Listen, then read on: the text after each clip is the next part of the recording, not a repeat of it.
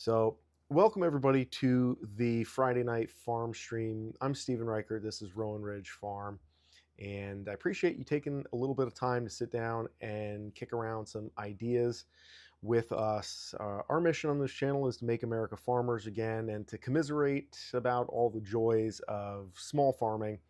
And we're raising and breeding heritage hogs on pasture here in Western New Hampshire, the old-fashioned way, or maybe the modern way with just a lot less money to have overhead and infrastructure, which brings us to the topic that I want to talk about this evening, which is kind of the whole pasture versus confinement debate. And there's a couple of videos that I have made recently, which we'll probably get a chance to discuss and debate some of the stuff in those videos. I linked a couple of them down below, so if you're watching this after the fact, you can take a look in the description of this live stream and you'll see those videos linked. And if you're just filtering in here, please like the stream, give YouTube algorithm a little information to kind of boost this and get this out, so they'll forgive me for like having two 10-second live streams that got deleted as I was trying to stumble through the process of getting this one set up. I appreciate that. So some of the videos that I have made recently, I was exploring both the substantial loss of piglets that I had this farrowing. At this point, the current loss, we have 17 alive, and we've lost 30. No, that's actually not entirely, because I have another 7 that I didn't count in that number. So of the ones that we have alive, we have 7, 7, 24. So we have 24 alive, lost 30. We're still under 50% for the spring, which is just abysmal. And one of the videos that I'm going to be working on here, this is like an unheard of new low, a new low water mark that I'm never excited to hit those kind of marks, but here we are. And I want to be able to talk about that because I made a video, I think 2 weeks ago, about that, talking about what happened and kind of the actual experience of getting those, having those litters come in poorly, and just kind of the multiplicity of factors that created this sort of catastrophic blowout for us. And I'm going to do another video where it's really a post-mortem, literally and figuratively, where I can actually go back through and look at what happened, what went wrong, and try to take something from this. And I'm doing this, frankly, as much for my own sanity, just to be able to have some closure on the process, as I am for, I also want to be able to help others, because the way I tend to look at this stuff is that we're either having success and we're winning, or we are learning. And I absolutely am getting a master's class here. And part of what I believe that I kind of noticed in comparing a few of the different farrowing setups that I've had is the difference between the piglets being born in the barn and the piglets being born outdoors, and kind of some of those interactions that got me thinking a little bit about kind of the pasture versus barn, like which is really the better way of approaching things. And then the last video that I made just this past week, I did a little case study for a gentleman who's a viewer of this channel and was kind enough to allow me to share his question and his situation. And that video is linked down below here, so check that out if you haven't already, where admittedly the title was a little bit clickbaity. I was trying to get some eyes on it to get people engaged, and my goal was also to be somewhat judicious about in the content of the video, not like insulting people who raise Idaho pasture pigs, because one of the things I have noticed in the Homestead Pigs 101 classes that I teach here on the farm, we've had 3 of them so far, and probably going to have another couple of them before the spring is over. And I intend to do more of these classes, because these in-person interactions, they create opportunities for us to get together, build community, and commiserate and learn from each other. And I always learn things from folks that are coming here because people may be new to pigs, but they have a lot of experience and wisdom to share in other areas. And so I've enjoyed doing that a lot. And one of the things that I always tend to hear in the classes when we talk about the breed selection, a lot of people want to know about the Idaho pasture pig. And you know, I tend to the way I'm relatively breed agnostic, um, broadly speaking, because I don't really believe that there are bad breeds of pigs. I think there are mismatches in your goals, and I think that depending on what your goals are, certain pigs are going to facilitate certain goals, and if you're matched up correctly, you know, I think that any pig can be right in the right situation under the right circumstances. And if you really are, you know, some people, the way that they approach farming is to say, this is my goal, this is what I want to do and how I want to do it, what breed fits into that structure that I have built. And then for other people, they get kind of started off by forming a bond and kind of getting attached to certain breeds because the Idaho pasture pig and the Kuni I would say, ironically, I don't think the same could be said for the Mangalitsa's, but they are, of course, slower growing. Some people call them lard pigs. I generally argue about that term, even though I am forced to use it just because that is the way people popularly refer to them. But these slower growing pigs that have a higher propensity to store carbohydrates as fat rather than converting carbohydrates and the grain that they get into carcass weight and meat. um, that's just kind of the way their metabolism is set up. They develop a little bit slower, and so they make really good homestead pigs. And not surprisingly, after getting picked up by a handful of rather rather large, high-profile homesteaders on YouTube, when somebody is researching pigs and they're just kind of going in without any background information, the Idaho pasture pigs look really good.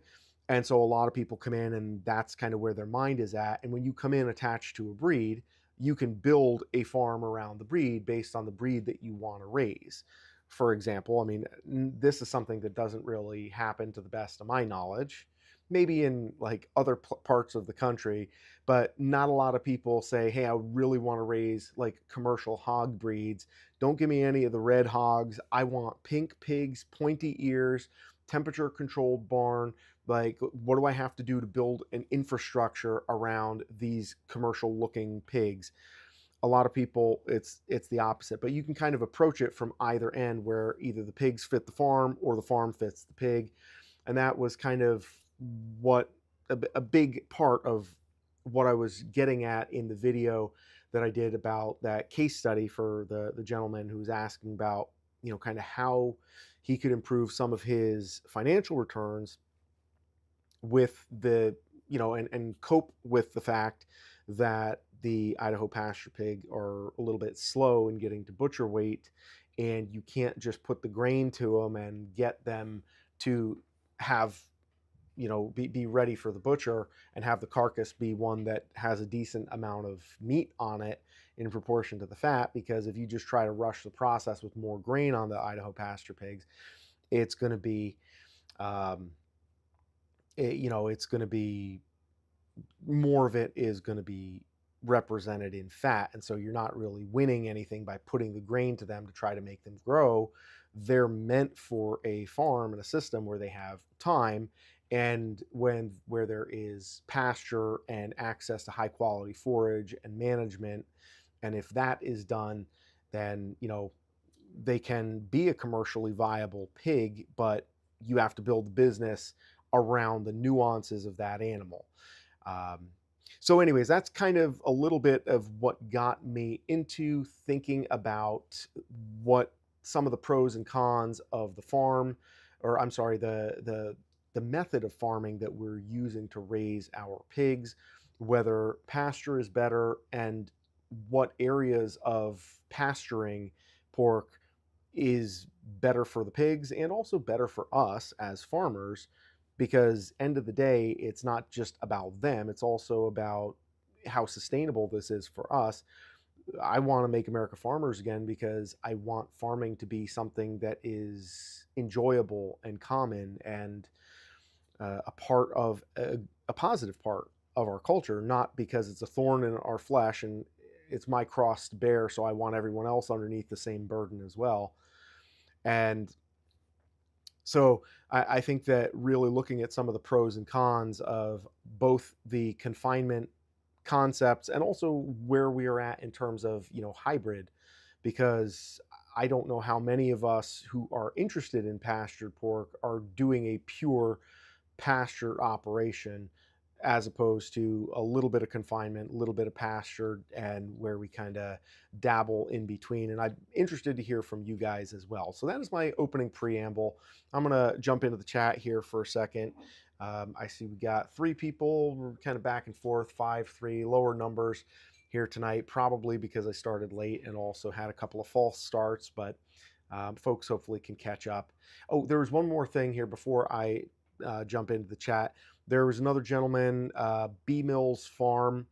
I am fairly certain that that stands for something. The B stands for something specifically, but I was just reading the comment. I am subscribed to his channel, but I don't have a lot of time where I'm watching a lot of farm content, so my apologies. I'm also subscribed to Fear Not, to you guys farm. You guys do some shorts pretty frequently, so I get some of those. And then there's some channels that I subscribed to a long time ago and I've kind of forgotten about it. But B Mills Farm, he was telling me that, he made a comment in the latest video that I did about some of the waste that can happen when you were feeding pigs on the ground. And that was also part of what I wanted to talk about in relationship to the confinement operation, because the shot that he was referencing, I was actually on concrete in the barnyard where I feed my pigs. And in the wintertime, the concrete is absolutely lovely. Now that everything is melting, it is, everything is going to be a bowl of soup here for the next several weeks. It like melted off and it was like just muddy, and then it snowed and then it melted another 6 inches and then it melted. And it's just this kind of ongoing thrashing that we're taking from the weather gods, such as they are. And in situations like that, I am forced to reckon with the obvious superiority of concrete for certain applications. And so I want to kick that around too. Like if we are doing, feeding on pasture, or what are we doing to provide infrastructure to support pasturing the animals there? How much of that is really necessary, and is that better or not? Anyways, so second time around through the preamble, but that's kind of where we're going tonight. At least that's what I have for you guys. And as always, you guys are kind of steering this ship as we're kind of going on. So I'm always happy to divert, take questions. And if you're not already subscribed to the channel, which I think with 4 concurrent viewers that we have right now, I would be willing to bet that most of you guys are subscribed to the channel. But if you're not, we'd love to have you in on these streams. Pop in and say hello, ask a question.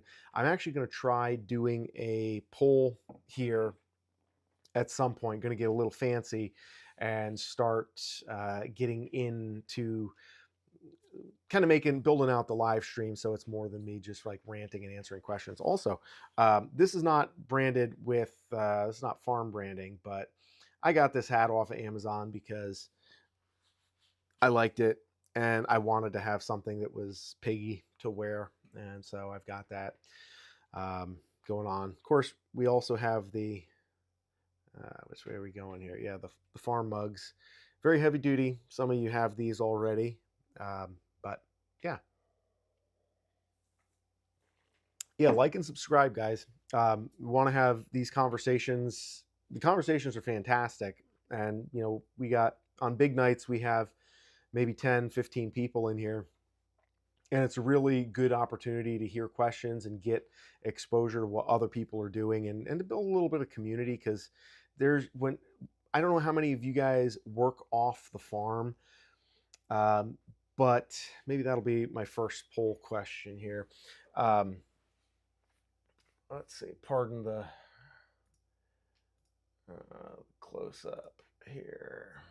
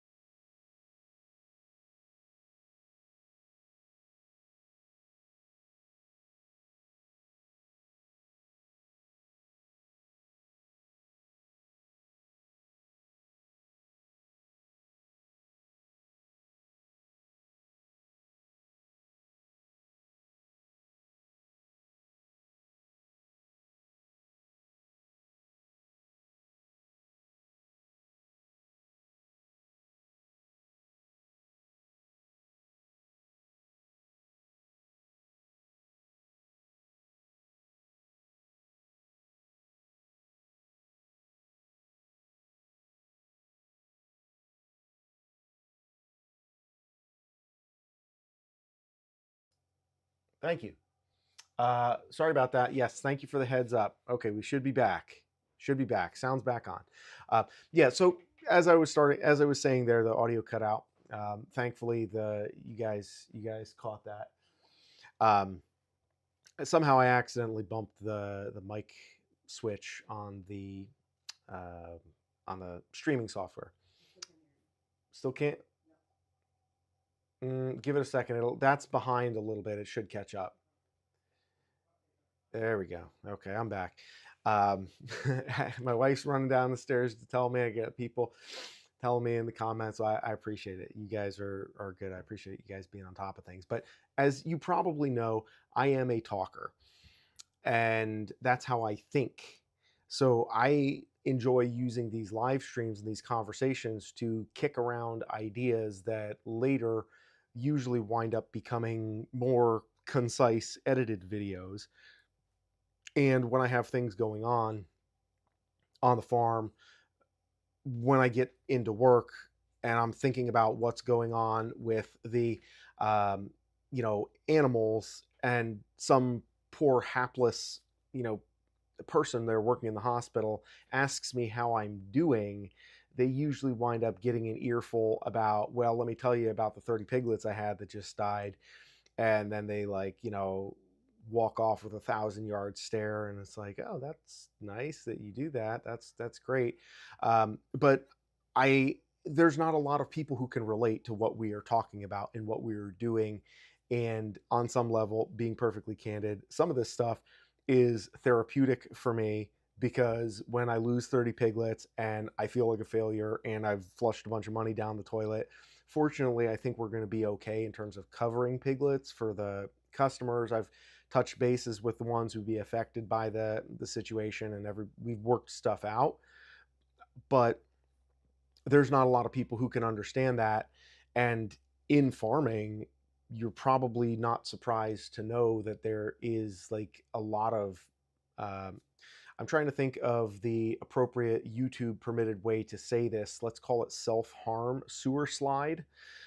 There is a decent amount of sewer slides that happens in farming, because you have the weight of what's going on with the animals, you have the impact on your family, impact on your customers, and the responsibility that you carry as a person who's involved in all of this stuff. So for us to be able to get together and have these conversations is super important, and that's why I want you guys to be part of these streams and to come and chat with us, jump in on these live streams, subscribe to the channel, like it, and join. So now let me jump into the chat. I see Fear Not Farm here. Bellino's Bounty is in. Hey, Mike. Presumably, Chris Heitzman is here. My beautiful wife is here. My only channel member who is currently represented is my wife, but she is a channel member. Memberships are open.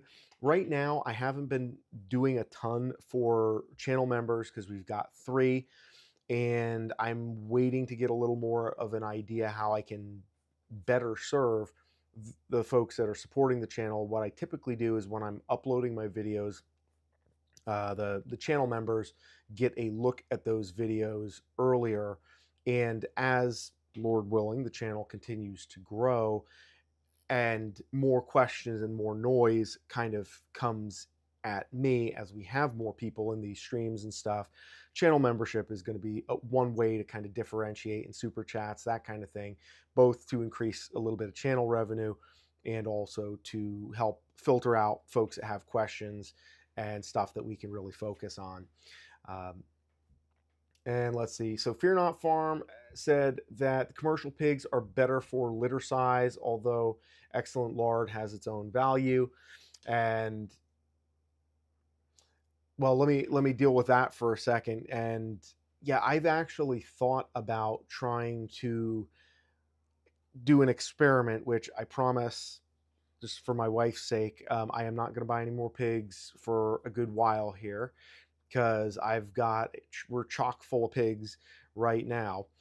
But I've been thinking about doing some experiments to do like a 3-way cross and to throw some uh, pink pigs into the mix, as you know, for the maternal characteristics, because when you see some of these sows that are throwing like 15 litters kind of like it's no big deal, you know, my eyes get as big as the thumbnail. Thanks, Chat GPT. My eyes get real big, and it's just like, boy, that sounds really nice. And the maternal component is awesome. And I'm going to be talking a whole bunch about a lot of what I have learned about supporting pigs in their environment. And I'm looking forward to talking about that, digging into some of the pasture support versus barn support and kind of pros and cons of both, because definitely what happened this spring, this is, you know, not my first rodeo. This is, I guess, my 5th rodeo. 4th, because my very first spring we didn't have piglets.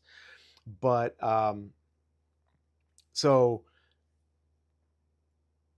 pretty much the uh, I've had to do a little bit of soul searching with the massive losses that we've taken this spring and really try to figure some stuff out. And some of it was pretty straightforward. Some of it, a lot of it was just like things that I've taken for granted, because on some level you can get away with a lot of stuff. And when you have fewer animals, a lot of the stuff hides itself because you don't have enough repetition at one time.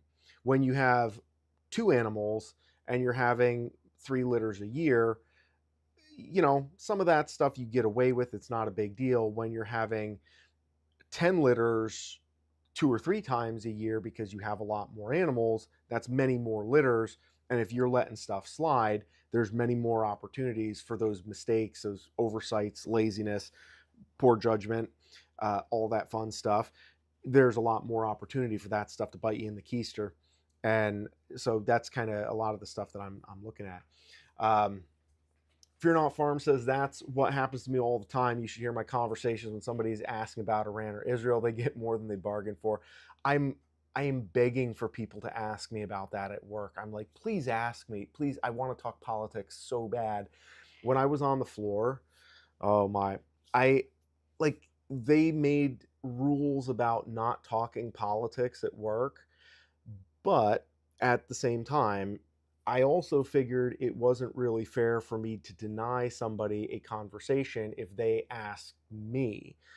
And I had a couple of, well, this happened more times than I'd like to admit, although I don't think anybody ever complained about me, because I am capable, believe it or not, of being relatively tactful.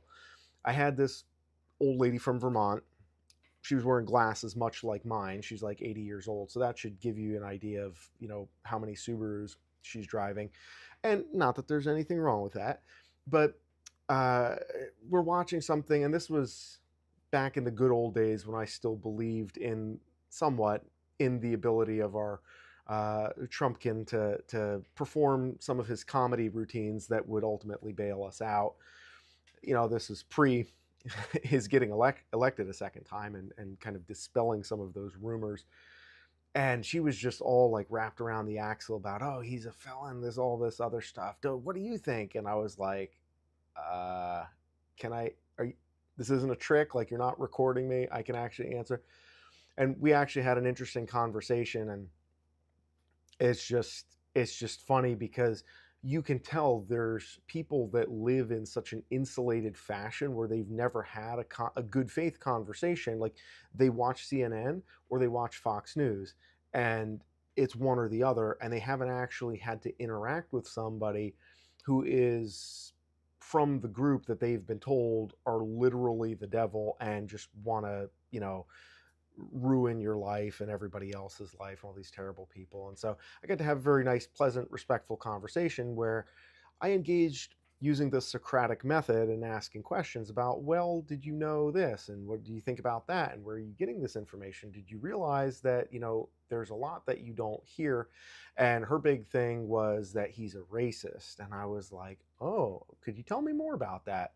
And of course, she provided me happily with, oh, did you hear what he said about the very fine people? And I was like, as it turns out, that was like a 10-second clip out of like, well, the clip was it was actually a press conference or something that they clipped that from, but there was actually a lot more before and after, and it was taken intentionally and wildly out of context, misquoted, all of that stuff. And it was fun.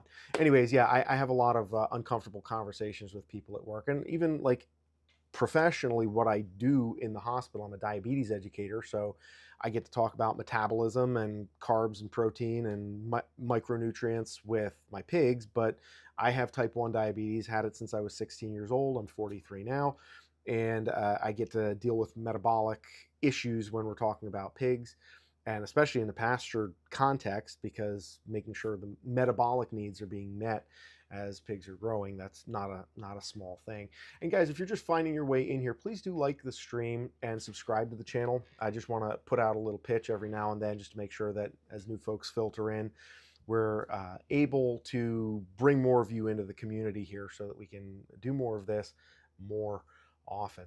Okay, let me keep going in the chat, though, otherwise I'll be rambling here. B Mills Farm says, just quit my job to farm full time. Best decision I've made in a very long time. It's amazing how little money you need to make when you don't go anywhere. Fair enough. And yeah, I was kind of at a point where things were moving in that direction. I don't know that I've dabbled with the idea of doing the farming thing full time. I also kind of like having a little bit of variety, and but I'm not closed to it. It is like, let me put it this way. I think the goal for our family is to be able to make at least half or more of the income for the family off of the property here. Some of that is farming, some of that is education, content, but it's basically things that all revolve around the animals and the farm. But I also want to be really, really careful to do that in a way that is not getting ahead of myself and going too fast, because I have seen, and I'm speaking more locally here, folks who got very romanticized by the idea of, I'm going to farm full time and that makes me a real farmer. And then every time there's a hiccup in the market, they are begging and desperate. And I'm not trying to speak pejoratively of them, but desperation is a stinky cologne, as was it Brian Cox who said that in Super Troopers? And you see people who don't really have any safety net or a backup, and they go into it real quick, and they're not able to negotiate some of the hiccups that come along when that happens. And also just due to my own need for health insurance.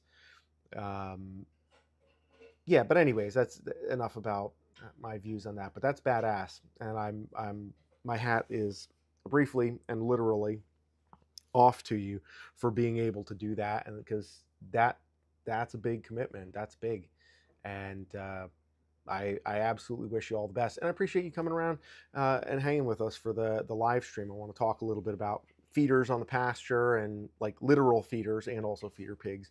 And I'd like to get some of your input here as well. I'm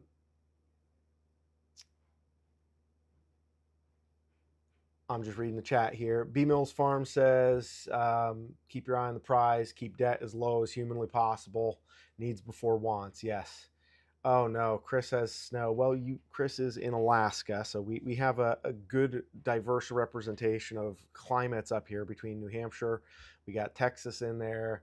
Where else is everybody in from? Guys, if you're just in the if you're just listening, pop in the chat. Tell us where you're listening from. I'm curious where kind of there's a handful of folks on these streams, and don't get me wrong, I enjoy hearing from everybody, but I always wonder who I'm talking to and kind of what your circumstances are, because I've kind of connected with the squeaky wheel gets the grease, so I know who I'm talking to when the more vocal folks pop into the chat.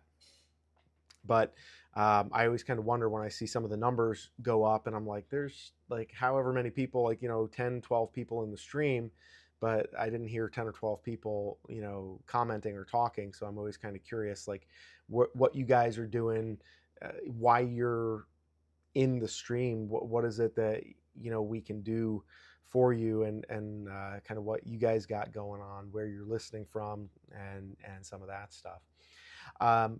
So let me, I guess, shift things, and I will pop back into the chat from time to time. Oh, upstate New York, just south of Syracuse. Let's see, just south of Syracuse. How close? I mean, Binghamton's more than a little south of Syracuse.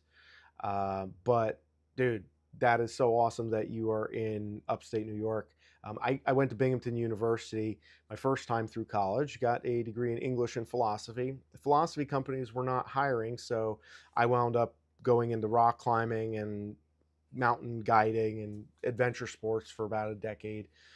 But yeah, upstate New York, I was actually just out there picking up a couple of my breeders. Well, not just, it was like around Christmas, just before Christmas time. Cortland, oh, beautiful. Yep, I know Cortland. Yeah, and the upstate New York it makes me sad and happy to extremes every time I go through that area.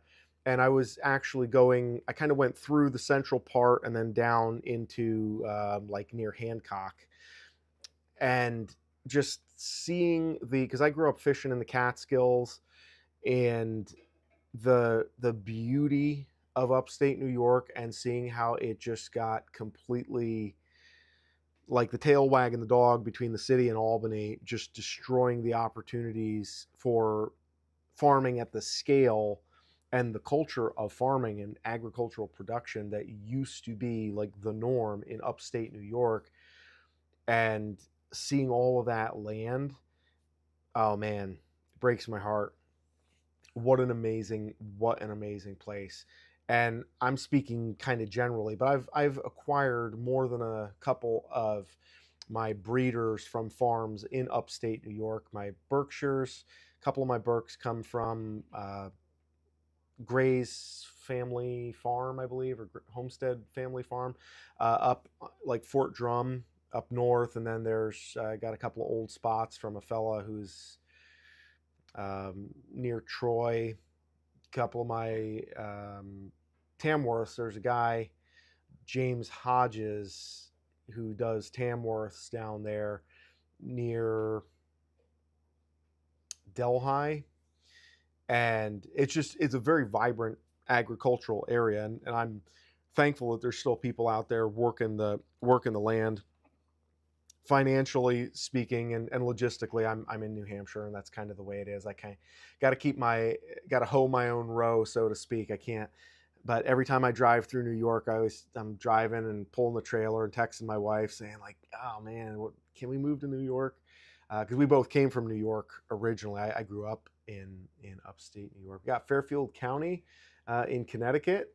Got a little New England representation. That's good. Yeah, the financial stuff. I got myself into some trouble financially, in long before farming was part of my life, and then going to school, and that added more financial trouble and all of that. So right now we're kind of stuck.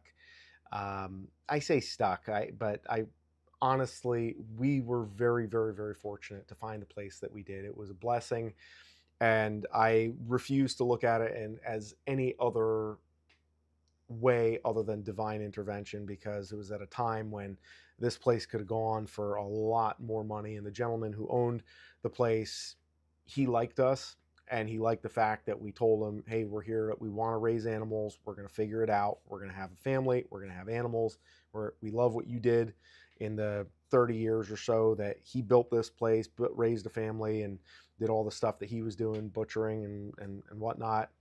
And he could have gotten a lot more for the place, but he chose to sell it to us and accepted the offer that we made. And so here we are. But Fear Not says, I did work in Syracuse, one of the most beautiful places I've ever seen, but boy, I couldn't imagine living there with the mentality of a lot of them. Yeah, well, that's the whole thing. It's like my experience, and I mean no offense in saying this, the majority of what I see driving through, and this is to me the biggest tragedy. And I'm going to make a video about this at some point as well, but I'll give you guys a little preview. Um, I When I drive through upstate New York, predominantly, obviously, I'm not present company excluded, it seems like there are land barons and people from the city who, own resorts and wineries and like these barns that they turn into wedding venues, and people who control all the resources. And then there are junkies. And that's kind of it. There's no middle class that can survive.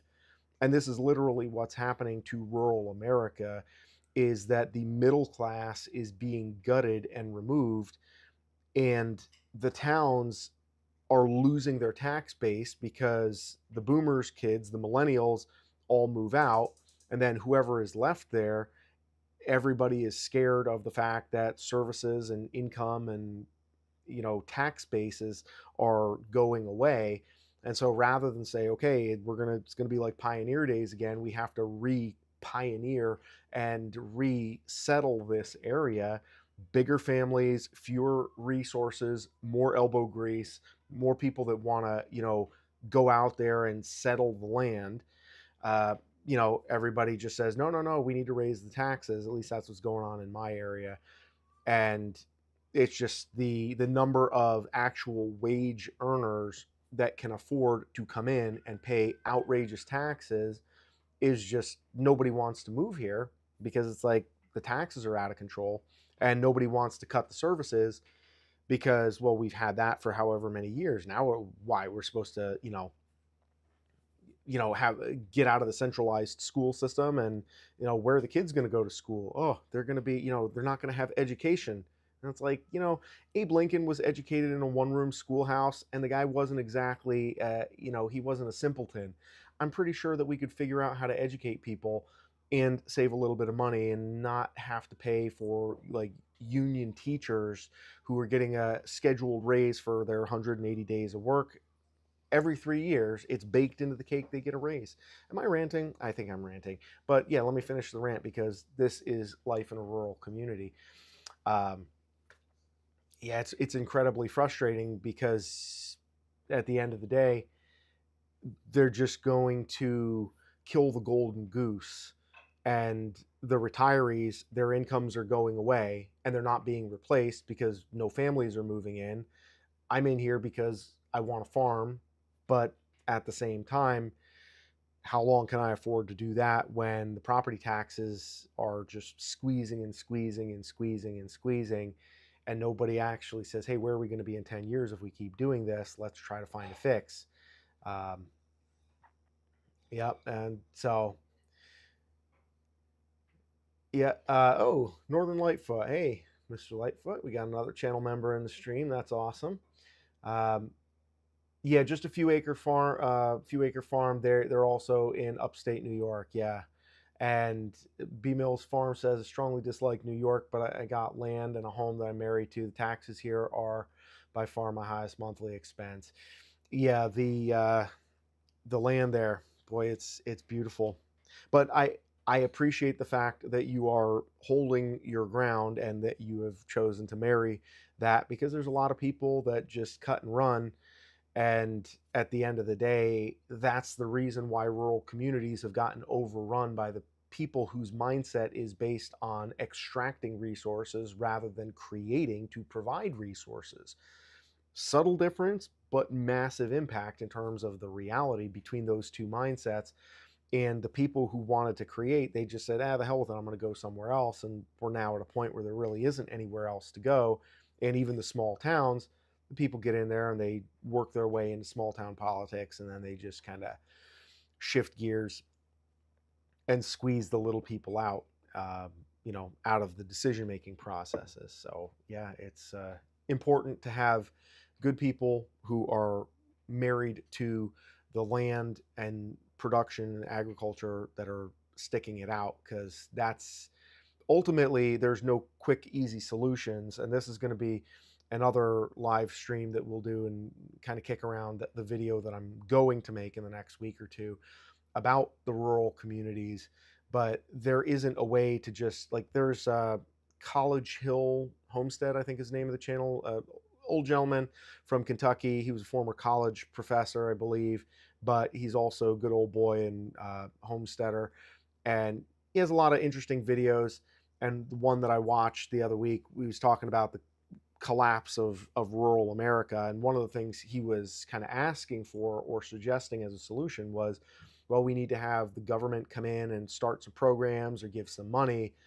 And it's like, that's like trying to put a band-aid on a bullet hole, or trying to transfuse more blood into somebody that's just hemorrhaging out of control. You need to stop the hemorrhage, and then only after you've done that can you replete the lost resources. And that comes down to bigger families. And if you look at what has happened to the population of our country over the years, you know, back in the 1800s, people were averaging like 8 to 10 kids. And then like every 25, 50 years, it went down on average. And even in those older time frames, early 1800s, there was a disparity between the city and the country, because in the country, part of country living and farming was having more kids to work the farm. In the city, children were more of an expense because it cost space, which was a limited resource. And so even then, they were averaging smaller families in the city, and then in the country, they would be breeding accordingly to, fill up the farm that they had to be able to work it. And it was a family because the family functioned as a family, not just a group of people who share the same genetic traits and same last names, presumably, in most cases. But they were actually functioning as a family, where it was like ma and pa, and then the kids. And it's like, these kids are part of this farm and this business and this family, and we all operate. And if it doesn't continue, then it doesn't continue. And so it's like, you're born with a sense of obligation and responsibility to carry on and help the family from the time you're little, because you're always meant to be contributing something, which is the reason why the population. And there's no quick fix for that. You can't just throw money at that and expect that to fix the problem. If anything, you need to recolonize, which I know that should really make some heads explode.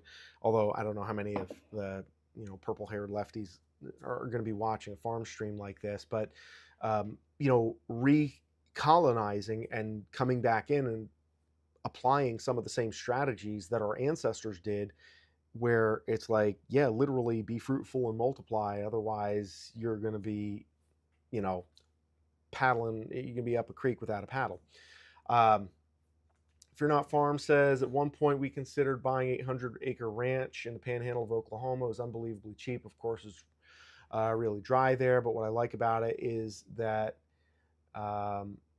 most is ain't nobody wants to live there. Belino's Bounty says, this is why my land is outside of Connecticut. Young people are being taxed out of existence, and farming is now a rich man's game here. Fear Not Farms, the same problem is happening here. It's just not as pretty, so it's going to take a little bit longer. But people are obsessed with buying land, chopping it up in 5-acre parcels and selling it. Yeah.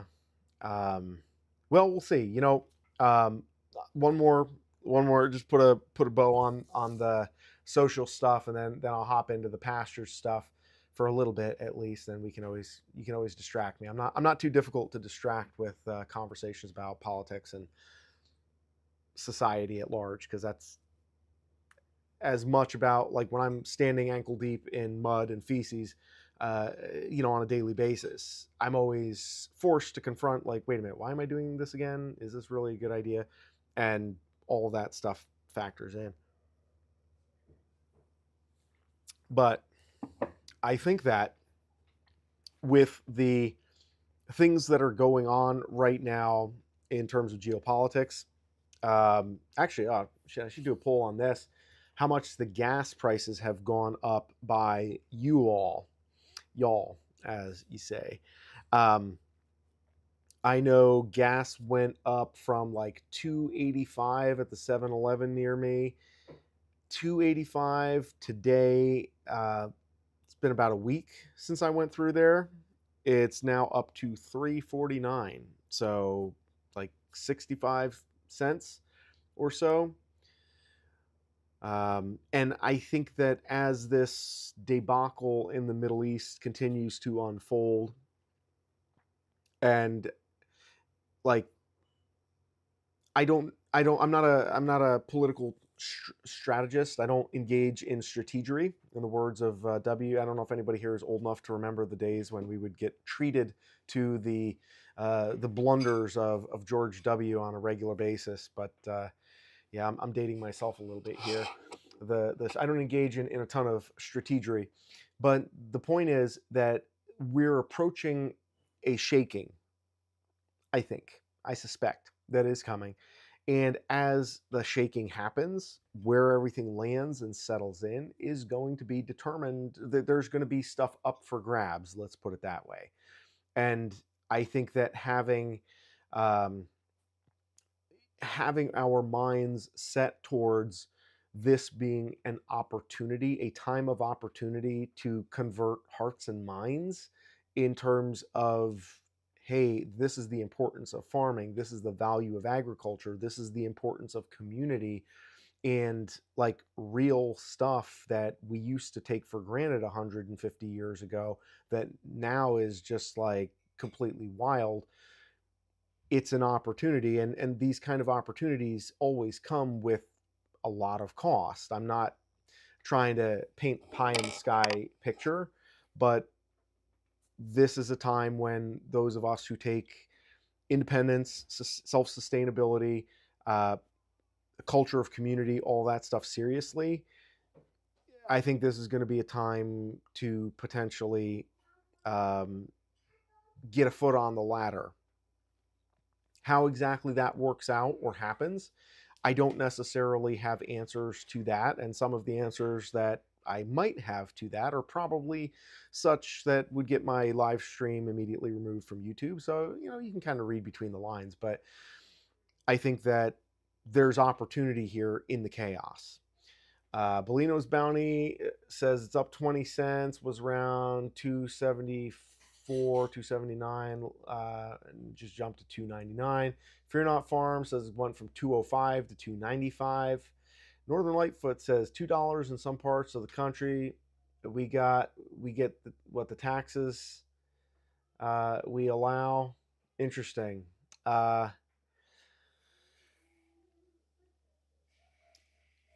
And well, let me deal with that first. I mean, Lightfoot, are you talking about the gas prices being relative to the incremental adjustments, or the taxes being relative to the gas prices, or are we talking about two different things? Because I was talking about taxes a little while back, and then I switched to gas prices. I'm curious if which one of those that you meant. Because for me, I'm not necessarily as concerned about what is the price of gas and how much this costs me, as much as I am concerned about the fact that this is a massive increase from what it was, which frankly in New Hampshire, it was not super cheap to begin with. It's really not been much under $3 a gallon since I moved here in 2021. So, I mean, we've had a couple of where it's snuck under the wire a little bit, but um, you know. And Fear Not Farm says, you mean when the United States funded Saddam to fight the Iranians, then when Saddam used chemical weapons, we fought Saddam. Yeah, something like that. I'm not even really sure how much he actually had in terms of the well, I guess he wasn't very nice to the Kurds. Um, but anyways, back to the pigs, right? So, um, one of the things I wanted to kick around a little bit here was, a lot of the in the discussion of pastured, raising animals in pasture versus raising animals in the barn. I feel like a lot of us who, and I'm including myself in this, a lot of us who raise our animals on pasture are doing that not necessarily because of the fact that it is a higher purpose or a better way of doing it as such, but maybe because of the fact that it makes more sense, it is more convenient, and it has a lot less overhead. So it's a lot easier to kind of get into the game when you're raising pasture pigs versus having to have a barn. And that's kind of the first thing I want to dispel, is the idea about that like you can do a really good job of raising happy, healthy pigs that are more or less in the confinement. How confined? Do they have access to the outdoors, to pasture? Those are all other questions. But like confinement, generally speaking, feeding animals on concrete, all that stuff, that can be done in a way that I think is ethically okay, and also, beneficial, and like a good way of farming that doesn't like fly in the face of the values that we hold and what we're trying to do with our operation. And I would assume many of you also, you know. So, but on the flip side of that, the same thing can be said for how we would do with pastured pork. I think that can be done also in a way that is really good. But especially this time of year, I am always forced to consider the fact that when we're talking about pastured pork, it's not necessarily, or raising pigs on pasture, I should say, because I'm not necessarily right now talking about the finished product, or the end result, the pork, as much as I am talking about just the process of raising the animals. Raising pigs on pasture, it has its benefits, but like in mud season, you're gonna you're gonna put some a beating on the land where they are at. That's like kind of a sacrifice area, and it's just going to get stomped out and muddy. And then there's also the fact that their exposure to the elements is going to create some difficulties, some challenges for you and for them as well. Um, so the thing, as I mentioned earlier, that kind of got me talking about this or thinking about this, B Mills Farm was talking about the waste that he sees a lot of people engaging in when they are dumping feed, and they feed pigs on the ground when they're pasture feeding. And we had a little back and forth about this, all good natured, of course. He was making sort of a general statement, and I was explaining to him that, on my setup, when I'm dumping on the ground, I'm not actually dumping on the ground, I'm dumping onto concrete slab, which is not the majority of where the pigs spend their time, but where I feed them, I do have a concrete slab that has become a feeding area, which is super nice because it's real easy to clean off, wash off if need be, and you can feed right on the ground and you don't have to worry about stuff going elsewhere. But he was talking about the impact of people just kind of pouring feed in the dirt, in the mud, and how that affects the pigs. And so one of the caveats that we were discussing is kind of how the difference between pellets and mash. I have fed mash in the past, but when I'm feeding mash, I always, even when it's dry out, like not this time of year, I always like to have dishes. But when it's when I'm feeding pellets or pelleted feed, it's a lot less prone to waste from the pigs because it doesn't blow around and it doesn't kind of get stomped into the dust where you kind of lose it. It's something that stays a little bit more discreetly put together and the pigs can find it and eat it. And certainly the downside, not even so much from a parasite standpoint, but the loss in terms of profitability when you're raising animals on pasture and you are trying to make money off of it, the little bit that you're losing, it's going down the drain. And so you do want to be really careful about that when you're, feeding the pigs on pasture. Now, I guess to reframe because like the position that I took was kind of like feeding on the ground is not that bad as long as you're feeding pelleted rations and it's dry. So this time of year, pigs have dishes. It's a pain. I have to chase them down. Although sometimes when it's snowing and everything is very clearly visible and it's cold and it's not super melty, I'll put everything in the snow and they'll eat, they'll dig it out of the snow and eat it. And it's like the snow is firm enough that it's almost effectively like concrete.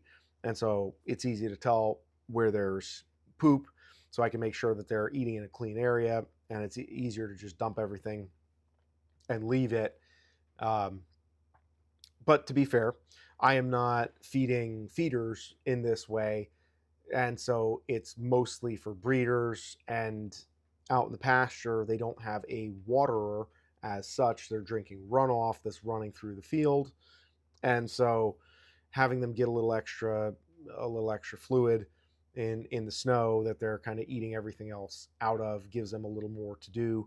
And I'm okay with making that sacrifice. But my point, because I was kind of pushing back a little bit on what he was saying about not feeding on the ground, was not necessarily to say that people should feed on the ground because it's better, but rather that, I guess from my perspective, the ability to buy feeders, like auto feeders, number one. Like I have the Osborne big wheel feeders. That was a big investment that I got for like small piglets, kind of, from weaning age. So I put one of those in the weaner pen, and from weaning age all the way up till maybe like 100 pounds, 75 pounds. Once they get big enough where they can start bumping into the feeder and having a little impact on it, I typically will, move them off and hand feed them. But when they're kind of going from little to medium, that's when I want to make sure they have free choice feed. And normally I don't put them on the pasture when they're that small. I try to put them in with a confined feeder so they get maximum nutrition and have a little bit less competition, where they just have more focus on, here, eat as much as you can of this ration with as little going to waste as possible. And then what I'm doing is I'm feeding them on the pasture when it's dry and when there's additional forage. So they're able to make up for if they are losing any of the feed, which they're good at foraging. I don't know that I'm really losing a ton of any of the feed there. Um, but they also have literal forage on the pasture at that time of year where they can pick it up and they can, get, they're not going hungry, I guess, is the point that I'm making. But my perspective was more based around where does or where should feeders fall in terms of prioritization for pasture-based infrastructure.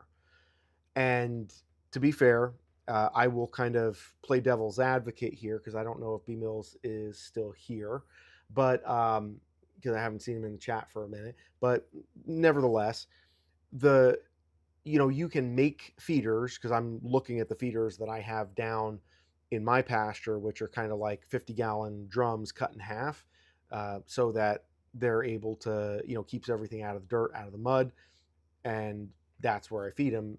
But like in terms of a bulk feeder where you pour in a bunch of grain, how high on the list of priorities is that, or should that be? And I have only ever used those type of feeders for like the smaller ones, which I use, like I was just saying, for my piglets after they wean. I use that for them, and then pretty much once they're like over 100 pounds, maybe 125 pounds, I put them to feed out in the pasture, and they are getting hand fed with kind of the rest of the group. And part of the reason for that is because personally, I'm not doing feeders where I want them to gain and have that much access to feed. Most of the ones that I have out on the pasture at any given time, the majority of them are going to be breeders. And I want them not to get used to eating too much. I want them to forage for any additional calories that they want to get beyond what I'm providing. And I'm not concerned about growing them out very quickly. When they're little, free choice feeder, I don't have a problem with that because I want them to get the nutrition to really build their structure, their frame, get all that established young. And then once they get, a little bit bigger, then we can kind of back off because I don't necessarily need to put a ton of meat on them or a ton of weight. And we kind of play it like that. But those big feeders are like the Osborne big wheel feeders. I mean, they make the gravity feeders, but those don't really keep things dry, and they get messy and they break. And I'm not a huge fan of those. Um, but it was an interesting point because I've never really heard anybody complain about feeding on the ground, but it makes sense that like there is going to be some waste, and until you measure it, you can't really assess what it is. And I've never measured what it is, um, because my income from the animals is not based off of them gaining weight and going to market. It's more based on basic nutrition and them getting the calories that they need, and doing the piglets. I mean, there still could be benefits there, but like when they're being fed on the ground in my pasture setup, they also have access to forage and buckwheat, and which has lysine in it and all that kind of stuff. So there's not really an incentive for me to start exploring that. So not to say that the point was invalid, but more it's just something that I haven't thought about, because when I think about infrastructure for pasture, where I am at in my pastured operation, um, I am thinking more about the porta huts, and I that's kind of my next pasture-based investment is. And here's the other thing with the feeders: in order to have a big feeder in the pasture, you need to be able to have tractor access to load it with grain. I mean, theoretically, if you have it in exactly the right spot, you could do a bunch of buckets and back and forth trips, but like you need to be able to fill it with grain and then bring it down into the pasture and unload it, off of the tractor. And the way my pasture is set up, there are certain times of the year, because it's both steep and muddy at given points in the year. I've just kind of given up on that. Number one, because I'm not doing a lot of feeders, and number two, just because tractor access is kind of a pain in the butt. But looking at what got me into raising my pigs on pasture in the first place, a lot of it is just that I can't afford a barn. And even if I could afford a barn, being able to afford the concrete and clearing and land moving, earth moving, whatever they call it, the earthworks, to be able to build a large functional barn beyond what I already have would just be like monumental. And video I'm going to do here, one of the video ideas I'm kicking around is kind of like how I would improve my farm, or what I would change about my farm if I had $1 million. And that's another thing that got me thinking about some of this stuff, because I thought, if I had $1 million, I don't really think I could build a barn setup that would really be like, if I put $1 million into a barn setup, I could get, I could get something out of that. But if I put $1 million into a pastured setup, I think I could probably generate a lot better results over time on a pastured setup with some infrastructure invested on the pasture. And this ultimately is one of the main points that I came to realize, or let's call it a working hypothesis that I am testing in terms of the hard lesson that I learned with the farrowing, because the losses that I had this spring were largely due to my sows being uncomfortable when they were farrowing or thirsty. And both of those basically led to a lot of up and down, which led to a lot of squashed babies. And in a situation where pigs are in the barn, the benefit and the drawback is that we have to provide for them. And so the best they can do is to make use of the resources we provide for them. Whereas when we are forced to trust them, because if you're pasturing the animals, and you guys chime in and tell me if I'm missing the boat here, but when your animals are on pasture, it's sort of like a controlled feral operation. Like your animals have to be responsible for themselves. I mean, you're providing them with some resources, but like over the winter, I have like 20 pigs in the pasture. They come and get their food and they go drink water from the runoff. I throw a bale of hay in there, but like I'm pretty much hands off. I'm not confining or doing anything. And so it's like when you confine them, the benefit that you get in terms of control is only going to be as great as the amount of thought process and care and perfection that you can put into the basic infrastructure, the food, the water, the bedding, all of that stuff. And if you have one thing that's a little bit off, when the pigs are kind of relying on you to set the table for them, they are not in a position where they can, like, their ability as mothers doesn't necessarily translate as well to dealing with some of the screw ups that you may have in the barn. Whereas if they were out on pasture and it was literally their operation and you're not involved at all, they would find a way to make it right and to make it work because of the fact that, and this my hypothesis, I could be completely fantasizing about this, because in reviewing everything that has happened with this last round of farrowing, I'm thinking back to, and I've had numerous litters outdoors, both in the woods, on, I've only had one real blowout in kind of outside the barn, and that was where Melinda, my first oldest pig, she had a litter, and it was like in the summer, kind of going into the fall. Demand for fall piglets wasn't very high. I didn't get too wrapped around the axle about it, but she chose a spot for a nest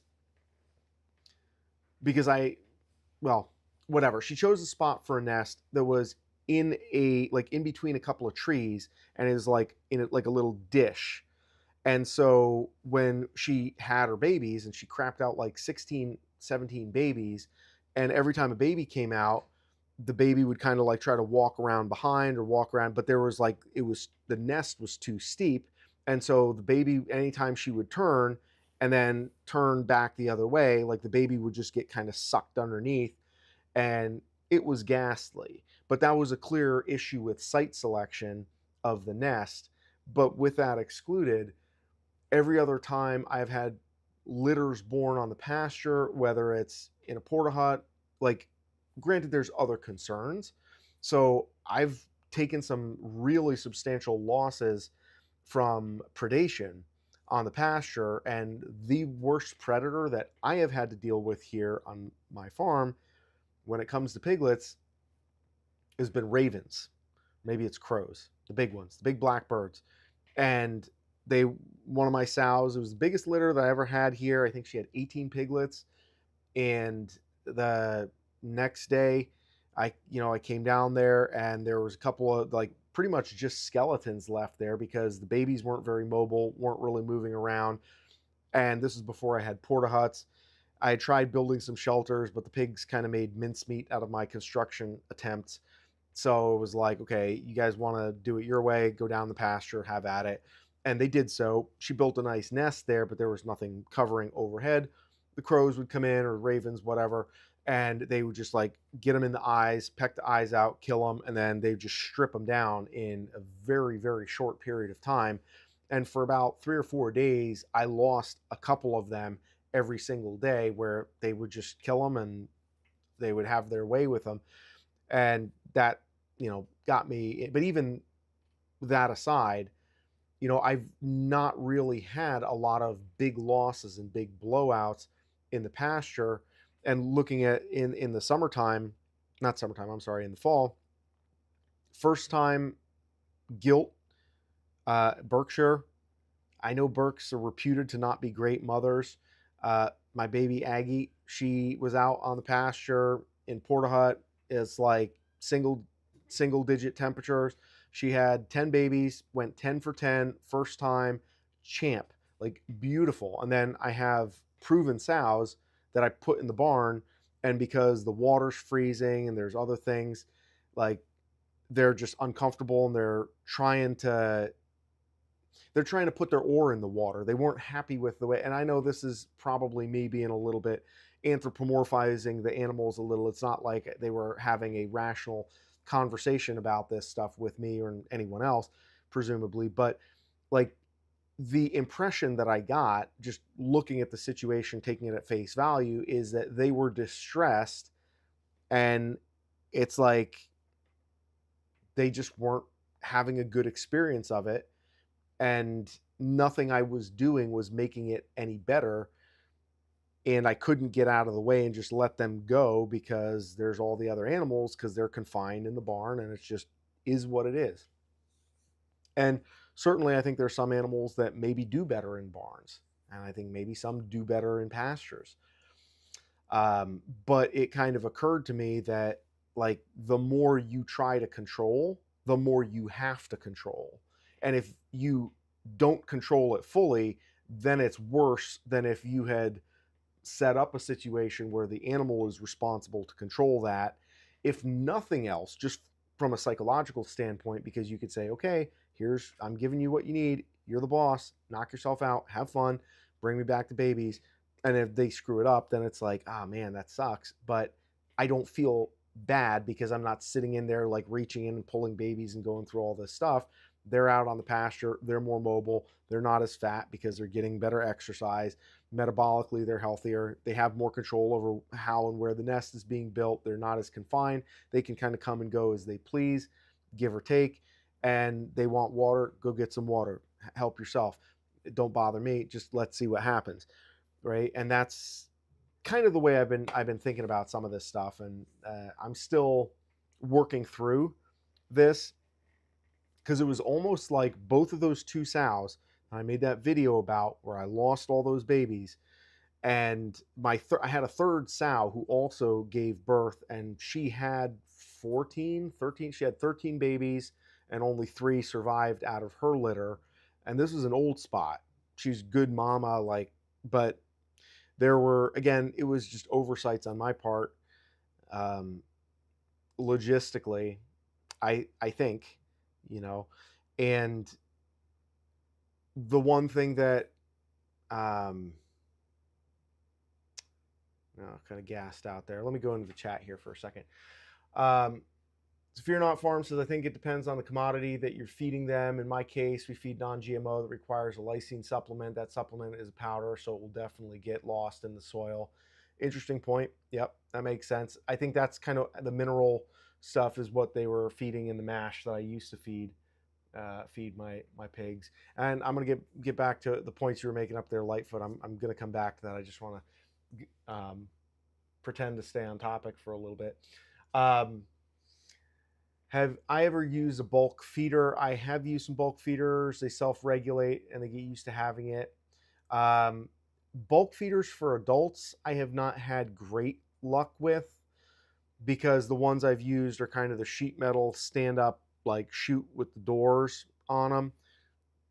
I think Brower, Little Giant, there's a couple different companies that make those. If I was going to get a bulk feeder, I would probably want to get one of those big wheel feeders but a larger version. I've been very impressed with how that Osborne feeder does for the little pigs. It really makes it a cinch. However, I will say as one caveat, if you have a bulk feeder, just don't let the feeder go empty, because as long as they come there and there's something to eat, they won't act up too much. But if the feeder goes empty, then they start attacking it, and it can get kind of ugly. Um, and I think that's what you're talking about here. Fear Not Farm says we've all seen those bulk feeders are made out of light gauge galvanized sheet metal. I've been thinking about having my friend CNC some out of 14 gauge or so and make some robust ones. That would be cool. I'd be interested to hear how that works. And I bet that's a product that you could probably even sell, especially if you, I mean, not say trying to give you more work to do, but if you were to build a feeder that you could like maybe put on skids or make something that you could pick up with a, easily with a tractor that would connect to a base. Kind of think around some of the logistics associated with how you would use one of those, a heavier duty feeder. The only problem is like the shipping on those is insane, because there's a lot of stuff that I want to buy in terms of feeders, but like getting it out here, like I'm not swimming in money to begin with. And when you're talking about getting feeders and heavier stuff out there, it's like if you can't find it within a day's drive, it's just kind of a moot point. At one point, I bought a bunch of stuff that I wanted to build an automatic feeder that I could feed my breeders a couple of times a day. B Mills says, I have made some feeders on skids that I pulled around for a while, but the bulk feeders make life so much easier. I also don't have access to affordable pelleted feed. Gotcha. Um, I fill it in the pasture with 50-pound bags and move them to their new pasture once the feeder is empty. Fear Not says more acres is always more money if you can scale the business, but to me, more acres is more cows. B Mill says also important to mention I only buy and raise feeders. Breeding stock should be rationed. Yeah. Um, do I ever watch Sheridan Park? Yes. He makes little pig huts with bars in them, and I think he only keeps the pigs that are smart enough to use the huts. Fair. Yeah, I started off watching Sheridan Farms. They've been. I think he has some really good info. My only beef with, well, I wouldn't call it beef really. My only, like, I've watched the farrowing huts and I've seen some of those designs. When I priced them out, it's about the same amount of money to buy the materials, and that's not really even pricing the labor and the time. But like, I suck at building stuff. I have proof because I've built them little A-frames that, granted, the dimensions were wrong on it, and so I think that had something to do with why they treated it as like a toy to break and tear apart. But most of the things that I have built for them does not go very well. And when I actually priced out the cost of a porta hut versus the cost of materials and a very conservative estimate for labor, I felt like the porta huts were actually a much better investment, because if at any point I say, you know what, I'm done raising pigs, or hey, I just got that $1 million, I'm going to build a big barn with temperature control, and so much for raising pasture pigs, I can turn around and I can sell a porta hut anywhere, even if it's a little bit beat up, because everybody knows what it is. It has brand recognition, and it's something that the integrity, you can look at it and you can see, okay, this will work. Whereas if I build a little A-frame, good luck trying to sell that on Facebook Marketplace. I mean, you might be able to sell it for a little bit, but you're not going to get anything close to your money back on it. Whereas porta huts, I think you have a little more flexibility there. And that, to me, that's a big advantage when you're laying out that kind of cash, because the porta huts, at least the place that I got them from, the small farrowing porta huts, which I think are like 3.5 feet wide, 7 feet deep, and like 4-ish feet tall, maybe 3.5 feet tall as well. Those are like $600-ish, maybe a little over 600. And then I guess they would call them the medium porta huts that are like 7 feet wide, 11 feet deep, 4 feet tall, 4.5 feet tall. Those are like 1,050. Granted, now all the nonsense that's going on, the price of that stuff is going to go up. But for $1,000, a shelter that will easily hold, I don't know, you could probably, like, assuming you're leaving a little bit of a foyer, a little entryway in there, kind of a mud room for the pigs. Like, I've had the pigs out there all winter, snow, wind. I mean, you want to orient them so that they're not facing north or west where the prevailing winds are going to be coming from. So the back is to the wind, and then it's got a little vent in it, and just, keep the hay coming. And they've been doing their thing. And every time I've gone out there, the hay is relatively clean and still decently dry, even with a lot of the melting and all the rest of that stuff. And basically, it's um, like culvert pipe. It's super, super stout, and my tractor can lift it no problem. Even the 11-foot one, it's a little bit unwieldy because it's like so long. But you like put a hook around on the kind of the opening, and then like hook that back to the bucket, and then just pick, it holds it all. There's a few different ways that you can move them around, but I really, really, really am impressed with the porta huts, and I really want to get more porta huts and move more of my farrowing operation out to the pasture, because I feel like the performance of the pigs on the pasture, it's almost like, if you're going to be involved and you're going to be hands on, you have to be like all the way hands on with like farrowing crates and, temperature controlled and all of that stuff. Because if you're going to do that and you go for the gusto, I think that system can be beneficial. I understand why people do it. I understand why some people don't like it. When I have had to dispose of 30 dead piglets in a season, in half of a season, technically, um, farrowing crates don't sound that bad to me.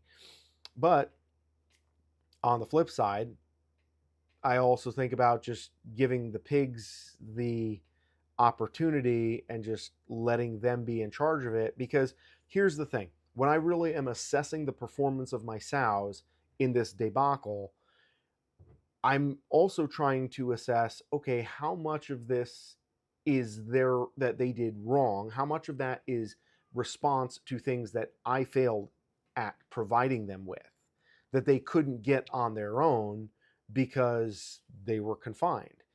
And so a failure that I make translates into a failure that they make. Whereas if they're on the pasture and they have access to shelter, nesting materials, water, and all of that, and of course feed, and they do a terrible job, then it's a lot easier for me to come in and make a decision and say, okay, sausage, no problem.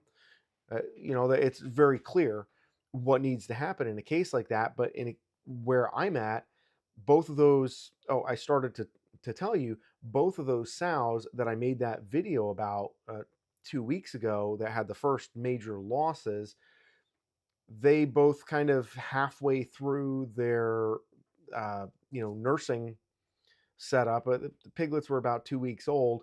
They kind of went back into heat, and they were like, "Yeah, see ya." And they both were like making noises and very acting aggressively. And I was just like, you know what? If you guys don't want to be in here, the hell with it. Go on, go about your business. And I let them both out, and they were both standing for the boar. And I was like, well, I mean, okay, interesting in terms of what happened there, but it's almost as though they just said, look, this has been a wash. Let's just start over and do it again, because we're just like not, this is not going well. And they just decided to throw in the towel. And what I did, there were, between the two of them, there were 3 piglets left.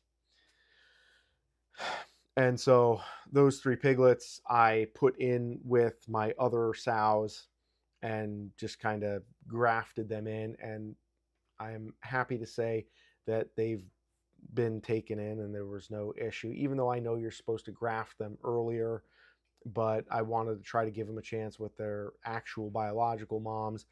And then once I put them in, they kind of found their space. And the one of the other sows that I put them in with, that one sow, she had 13. She was down to 3, so she had a few open tits that they could get on. And then the other one, and they were big enough too, where they could kind of fend for themselves a little bit. And I put them in there, and I just kind of watched how the adoptive mothers were dealing with them. And the one mama, she was kind of like looking and sniffing, like she knew something was off, but she wasn't reacting in a hostile manner. So I was like, let's let them sort it out and see how it goes. And the other two, at least I'm not having to go through the additional work of maintaining their confinement, and I just kind of let them go and do their thing and let them get rebred, and we'll see what happens in the summertime.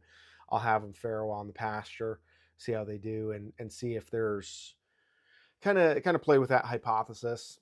And some of this I fully recognize might be just me looking for closure and trying to grasp at straws after being in a kind of a predicament with the animals. But um, I kind of feel like there's some element where with the pasture versus the barn, having a hybrid operation is almost harder than going all one way or all the other. And unless you have $10 million to build a very nice and big hog barn, which in the state of New Hampshire, trying to build that is going to be, I mean, it's not easy anywhere, but in the state of New Hampshire, given the topography of the land, it is going to be a righteous pain in the ass to do that. So if I had $1 million, I don't know that I would really try to do much barn wise. I mean, I'd maybe put up some storage or something, have a barn and like a barn for the animals and a barn for like feed, something like that maybe.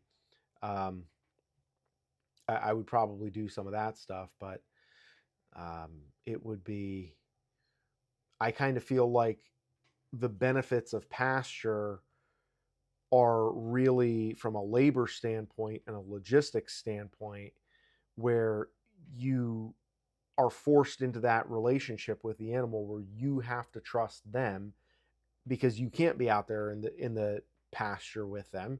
You say, here's your food, there's your water, good luck, and whatever happens happens. And having had like half of my animals on the pasture, half of my animals on the barn, the animals in the barn, there's always a lot more problems. They're always a bigger pain in the ass because they have more opportunities to provide that difficulty. Whereas the ones on the pasture, they're either okay or they're not. And as long as they're okay, hey, keep doing what you're doing. If you're not okay, well, we drag you out and send you on to the great beyond, and or give a little medicine if you're down and out. Like I've had a couple, that were sick in the fall, but beyond that, I don't know. So I'm trying not to idealize either the pasture or the barn because there's some nice things about the barn, and I'm going to have better information, better data about dealing. Like the biggest concern for me with pastured pigs is what happens at this time of the year when it's single degree temps and it's like cold and everything is like, where you can feel the hairs in your nostrils like freeze and collect icicles every time you breathe in. That I have no concerns about. That is easy. The pigs can be in their little porta huts and they are good to go. My concern is when 3 feet of snow melts in 6 days, then how does that affect the bedding situation? Because it's still the week after going to be back down in the 20s and the teens.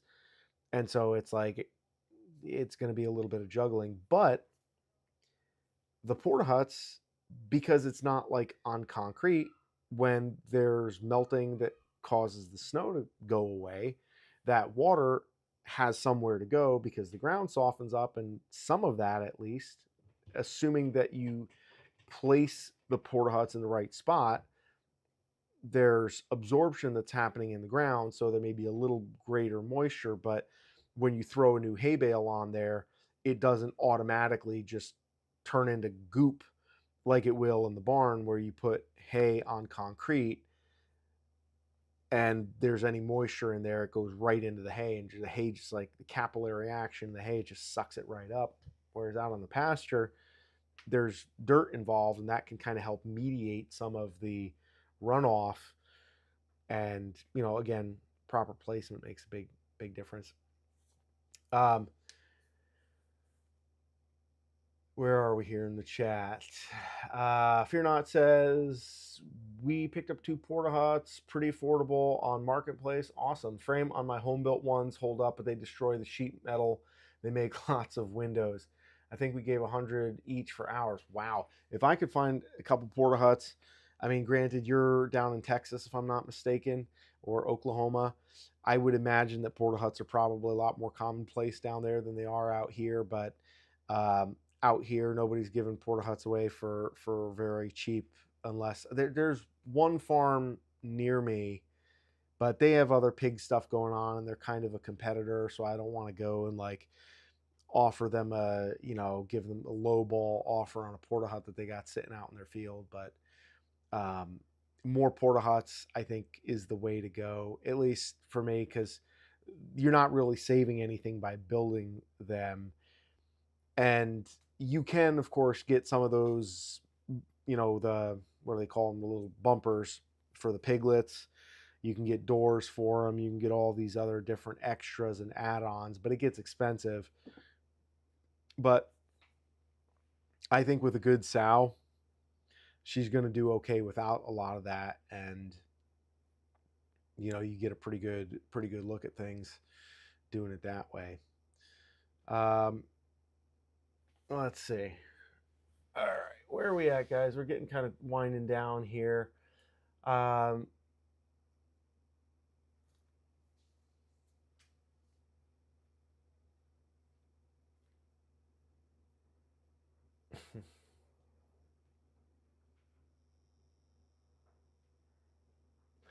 Okay, just circling back to what Northern Lightfoot was saying about the taxes. He was saying that the taxes are, or the gas prices are, a manifestation of the taxes that we have allowed to happen.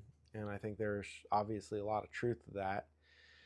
But even with the taxes, I guess my concern is that even with the taxes, things are still spiking up dramatically. And I'm a little bit at a loss for what is going on with our oil, where every time somebody has a fart laying crosswise anywhere in the world, it seems like our gas prices always go through the roof. Like, we have a lot of oil, and we should be building refineries if that's the hiccup. But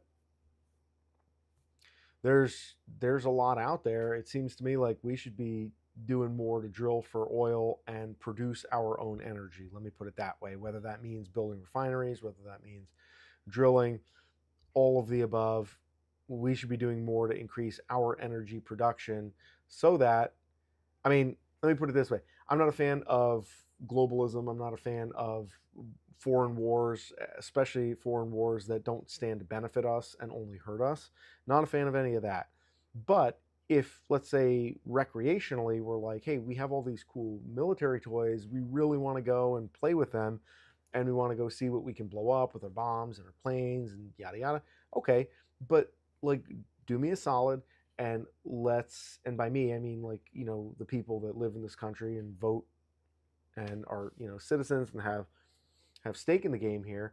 Do us a solid and make it so that we can still afford to have a relatively prosperous economy, and that we have energy, access to energy here, before you go and start wars X, Y, and Z abroad. It's kind of like when my kids are like, "Hey, Dad, can we, have a race?"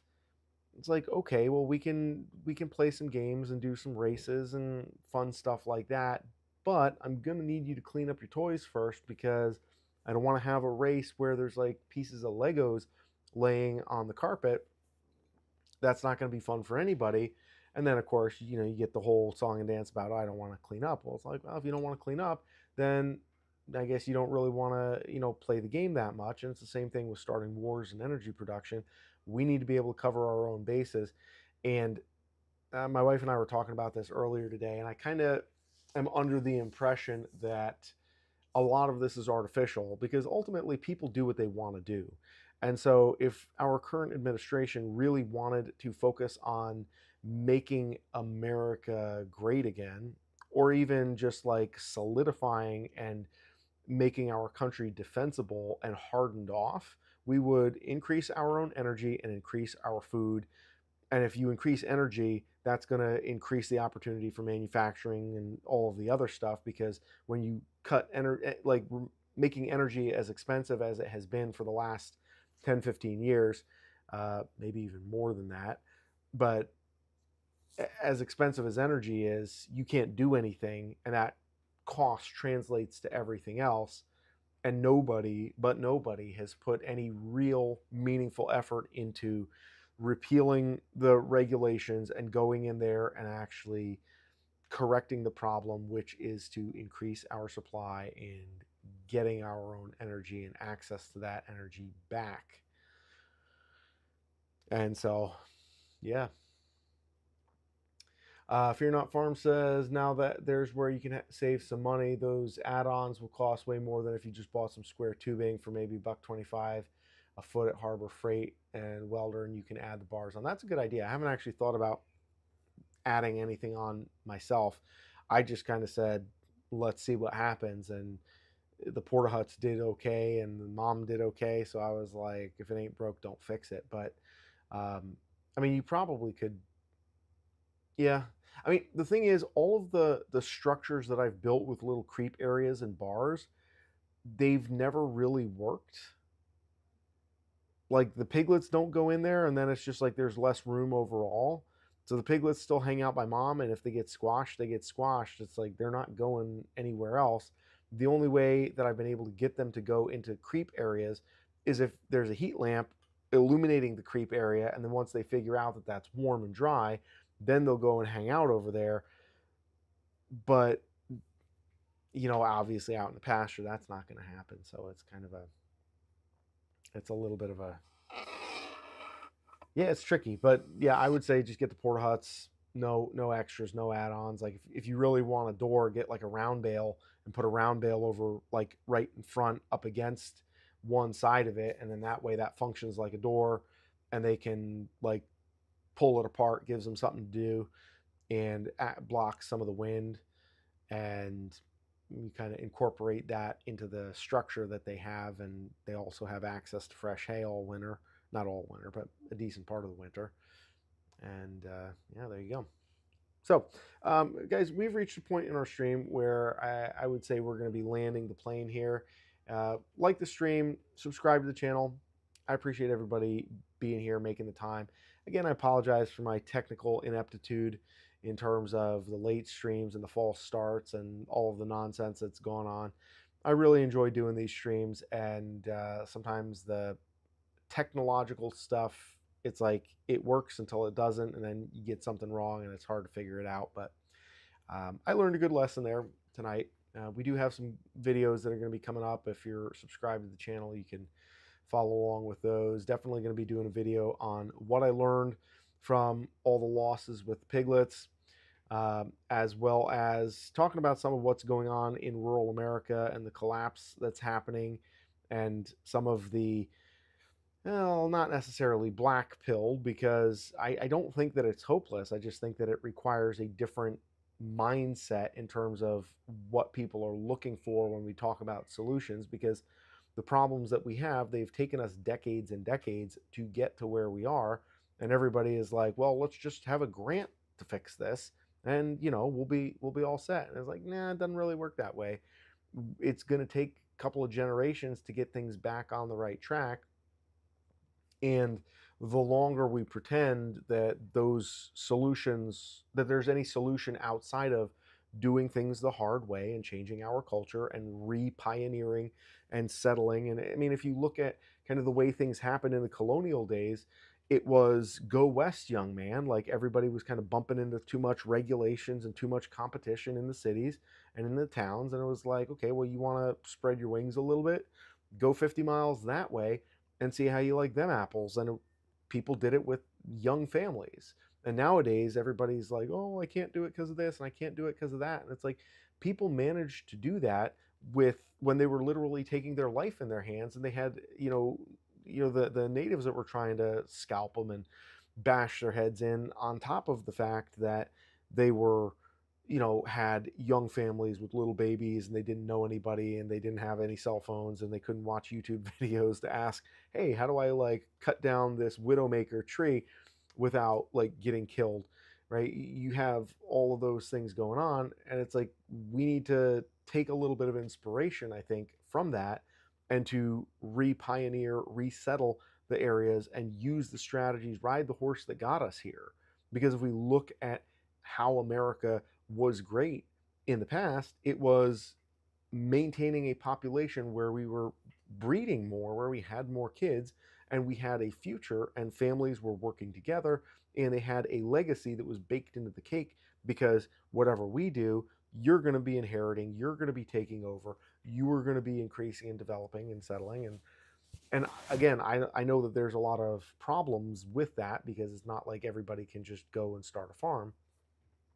But I think that if we at least start by saying, this is kind of the vision, this is the goal, where we have more of that in our minds, from an, call it an entrepreneurial sense, where we want to have something real to contribute, not just, oh, I want to, be really popular and get a lot of views on YouTube. I'm talking to myself here, which, yeah, I would like that. So, obviously, like and subscribe and all that good stuff. But end of the day, like, I want to be able to contribute something, like real tangible things, so that we have integrity within our community, so that we can feed ourselves, and so that we have more control over what's going on and how it's happening. Like, that needs to happen. And I don't have a lot of answers, you know. I don't have a lot of answers, other than it was pretty hard back in the 1700s when this land was settled the first time. I don't think it's, and I'm curious, like, if I could do a poll about that, if you guys think that it is harder to do what we're doing now with farming and family and culture, and kind of like the attempt to settle and resettle the rural areas, is that harder today with the regulatory nonsense and the political stuff, the opposition that exists, and the financial and control mechanisms? Or was it harder when it was the Wild West? Pretty much like everything west of Boston was the Wild West, and you're taking your life in your hands.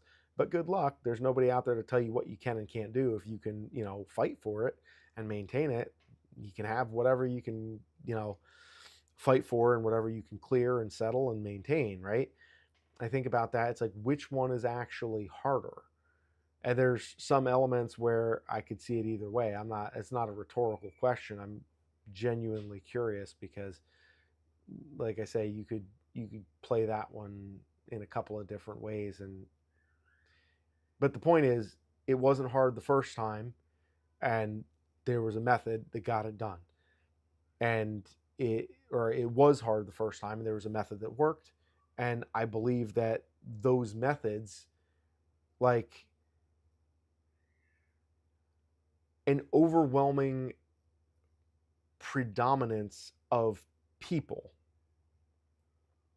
is a very powerful strategy, right? When you have more people who are making more people, and who are purposefully continuing to make more people for the sake of their people. I mean, we see this being done by people groups within the United States, and it certainly has been working decently for them. Watch Tyler Oliveira if you want to see a lot of different examples of ethnic enclaves that all revolve around this same school of thought, where it's like, we come in, we do everything legally, and we do everything dishonestly but legally, and we screw you guys by doing it for ourselves.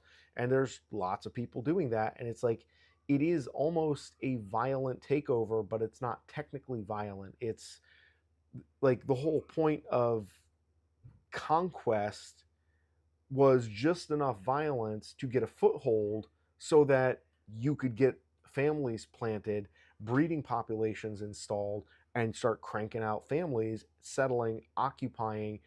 And that's where you actually colonized and conquered. It's that generation after the fighting and the, knocking heads off to get to where you could actually start making families and establishing that. That's where it's at. And that's the thing that we're failing miserably at. And until we do something about that, how there's not policy that we can do. Like, we're just outnumbered and outspent and out influenced. But when you have a lot of people that are just, I mean, look at look at Minnesota again. Watch Tyler Oliveira and the stuff that he talks about, whether it's Orthodox Jews in New York, and oh, there goes my live stream, right? In New York, or Lakewood, New Jersey, or the Somalians, or any of the other ethnic enclaves. They're groups of people who all have one thing in common. They show up and they say, okay, let's crank out the babies, and they do it like they mean it. And then what happens? They control everything because there's more of them than there are of you. And somehow, like, this concept hasn't reached us because we have bozos like Myron Gaines and Nick Fuentes that talk about how, like, oh well, marriage is bad and it's dumb and we shouldn't be having kids and families, and like they want to create drama and have this perpetuate this absolutely ridiculous, moronic, self destructive battle of the sexes where men and women need to be fighting each other and hating on each other, rather than saying, hey guys, like, our literal culture is going to be flushed down the toilet in a generation. There's going to be nothing left, none of us left, and it's not coming back if we don't actually get our act together and start doing something about this. And in a lot of ways, when I talk about making America farmers again and rebuilding American culture through the small American family farm, it's because when you're in that space, like breeding and repopulating and having kids, that productivity becomes baked into the cake. It's in your mind because that's what you're doing outside in the barn with the animals, and you're getting them breeding and repopulating. And that's also where your head goes in terms of what you're doing, because you can't do all the work yourself, and you're excited about it and you want to pass that on and have like legacy. It's like our generation has completely shit the bed on this stuff, and we've accepted the entertainment of the Nick Fuentes and the Myron Gaines and the Pearl Davises, and yeah, I'm going to do a video about them too. Um, and these idiots that have no credibility, have no kids, have no land ownership, they're not doing anything in their life other than flapping their gums.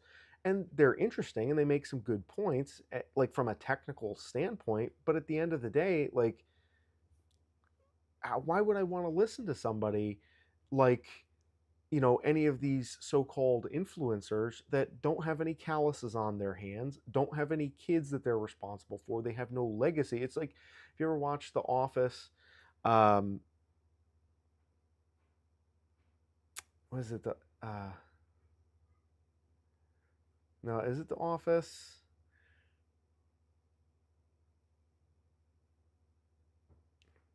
It seems like a Dwight Schrute thing to say, where he's talking about, like, you have no land and you have no legacy, and he's talking about it's either Dwight saying that to somebody or somebody saying that to Dwight. Oh no, he's talking to Michael. Anyways, I can't remember the exact quote, so I'm not going to make you guys suffer through it. But basically, you know, um, yeah, we can't get there from here, and it's not going to happen overnight. It's a multi-generational problem. It's going to be a multi-generational solution. We got to buckle in for the long haul and do it like we mean it. Secret Noise Pictures, good to see you here, man. It's a very interesting topic to figure out what's harder today or the yesteryears. And you're right, they both have their things, pro and con. And Bellino says, I would say it was easier then, given that most people went out with other families, so you had like-minded community that had your back despite the challenges. Yeah, that's a really good point. And nowadays, it's hard to get this sort of life as a community, let alone by yourself. I think you get that community back uh, modern, if you get that, I think if you get that community back, then the modern way could have more advantages. Interesting. Yeah, that makes a lot of sense. I mean, I think on some level, this kind of stuff is what about as good as what we have for community. It would be a lot more fun if we could all like go to a bar and eat some chicken wings and like hang out and have these conversations. Um, but I mean, a lot can change. A lot can change real quick. I mean, if you think about how many more people are doing this stuff, think about 10 years ago, 15 years ago, this stuff, like, I know I wasn't farming. I wasn't thinking about farming. You know, a lot of us kind of came out of nowhere to start doing this stuff. So I think there is momentum driving people in this direction. So it's not all, we don't want to take our foot off the gas entirely, because things are like, the band-aid is being peeled off and that creates some pain, but it also creates opportunity to take some ground here in that process with the culture and the community and the mindset of, hey, things aren't getting better and there's no one coming to save it. Like, we've kind of reached a point where all of the, well, what about this and maybe that, and oh, trust the plan, man, 5-dimensional chess, it's going to be okay, where even the people who are, diehard, Trump supporters, who don't want to acknowledge the fact that, okay, we're out of good options, even people under, in those camps are looking at it and saying, okay, well, let's, at least he's not doing this, or at least he's not doing that, but nobody's got any good answers to what's going on. So it's becoming more and more apparent that it's not, we're not, the answer is not going to come from the outside with somebody rescuing us. It's going to be something where we have to kind of reorient ourselves from a cultural standpoint, um, to make that happen. And then obviously that comes with additional challenges, because when you have a cultural block, then you have those who want to influence the cultural block and kind of lead it around by a ring in their nose, which is what they do with the various groups like the Somalians and the Orthodox folks, like, the like Tyler Oliveira, like all the people he's talked about. They have their big enclaves, but then their big enclaves also come with a caveat that, okay, you're going to do what we say so that you can continue to have your little way of life, and there's all of that. I wish there was a way to know you're in the good old days before you've actually left them. Yeah, ain't that the truth? I think that's from The Office too, if I'm not mistaken. But yeah, I I think about it. I was watching a documentary today. Actually, I was getting some stuff situated around the house, and it was about Chris Farley. And Chris Farley was one of my favorite. I mean, every who didn't? Well, maybe there's some people, I guess, who didn't like Chris Farley, but boy, like the good old days, classic Saturday Night Live, when it's like Chris Farley and Adam Sandler and David Spade and Mike Myers and um, you know Tom Arnold and some of those guys. Like, man, it's like people don't. It's hard for me to even remember how, like, that stuff was actually real. And it's like kids today have no idea how good it was. And I I'm not in despair about the idea that we might be able to create something good again, but that particular type of good thing, good for lack of a better term, but like enjoyable thing, like that ain't coming back. It's not coming back. And the whole thing is like, people look at that and say, oh, that's black pilled, but it's black pill to say it's not coming back, so let's just burn it down and walk away and listen to Nick Fuentes and Myron Gaines and just take their advice and be single and hedonistic imbeciles that, only are trying to scam and exploit everybody. That's that whole exploitative mindset that has gotten us to this point. I mean, there are representatives from other countries that I won't specifically name, that people can probably figure out, who have been talking about, like, hey, look, like, we're doing our thing over here and we're just basically going to harvest the resources from you guys, and then that way we can have everything over here, because this is the next step, and we're just kind of like locusts coming through. We're going to knock down everything that's standing over with you guys, and then we're going to take it there, and then you guys are just going to be another third world country, and we're going to have our own thing. And that's what they aim to do. And so, like, yeah, you absolutely got to rewatch Tommy Boy. Black Sheep too. Black Sheep was a really good one. But rather than saying, okay, fine, we're going to just like adopt that mindset and just burn everything down with us because it can't be saved, if you actually look and say, all right, nobody's coming to save us, this sucks, and it's going to be, we're going to have a hard couple of generations here, and everything's going to be really difficult, but let's move in the direction of shouldering that burden and putting our back into this, so that maybe there's a chance that we have something to give our kids. Because, like, I don't fault my parents' generation.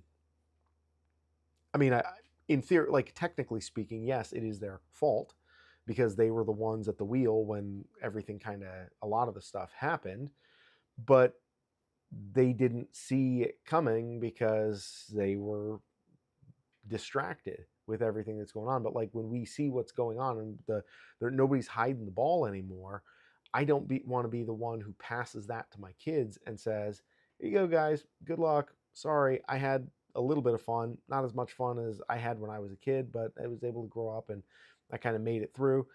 Too bad, it's going to suck for you guys. But I would like to be able to say, hey, I did the best that I could, and either that's going to be enough or it's not, but at least I can say I did the best that I could, and I tried to push back on the modern materialistic way of looking at the world, which is just empty and vapid, and it doesn't hold anything of value. So, people know the price of everything and the value of nothing. And as hard times come around, I think some of that's going to change.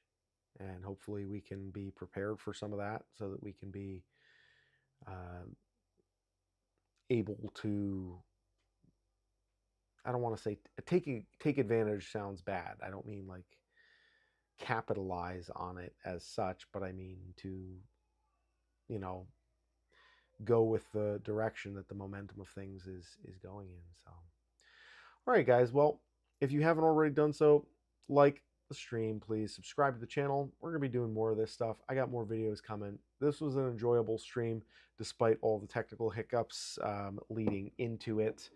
But I look forward to chatting with you guys more. As you guys have comments, questions, drop that stuff on the videos that I post, because I actually get a lot of ideas from the conversations, the arguments, the disagreements, all of that stuff, whatever you want to call it. Um, there's a lot of value in that stuff, that the interactions I get to have with you guys. So make sure you do that, and we will be around here next week. Do another live stream, maybe another one in the middle of the week if I have the time, but probably going to put my focus on getting some actual videos edited, get those out. So look forward to seeing you guys around.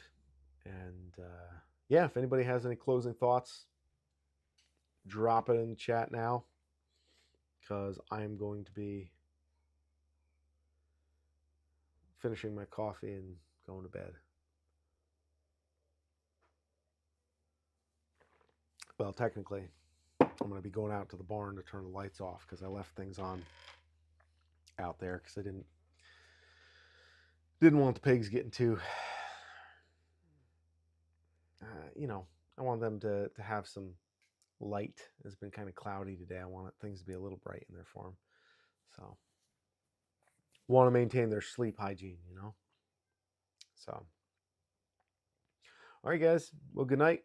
It's been good, and appreciate you all taking the time to come out. Those of you that are members, I appreciate that. And anybody, it's $1.99, whatever it is, a month. help us keep doing what we're doing, make America farmers again, and put more time and effort into this content. It's a slow build, but hey, we're getting there. And I appreciate every one of you guys, because you guys contribute a lot just by being here. And those of you that are members, Mr. Lightfoot, of course, my dear wife, Myra, and oh, I'm sorry, I'm spacing on the name of Simone. Is it Simon Kiko? I'm sorry, shame on me. I have forgotten the name of the lady who is the other member, but you guys, I owe you special thanks, because you guys are making this stuff happen. And so, yeah, very good, guys. Keep up the good work, and we will see you on the next one.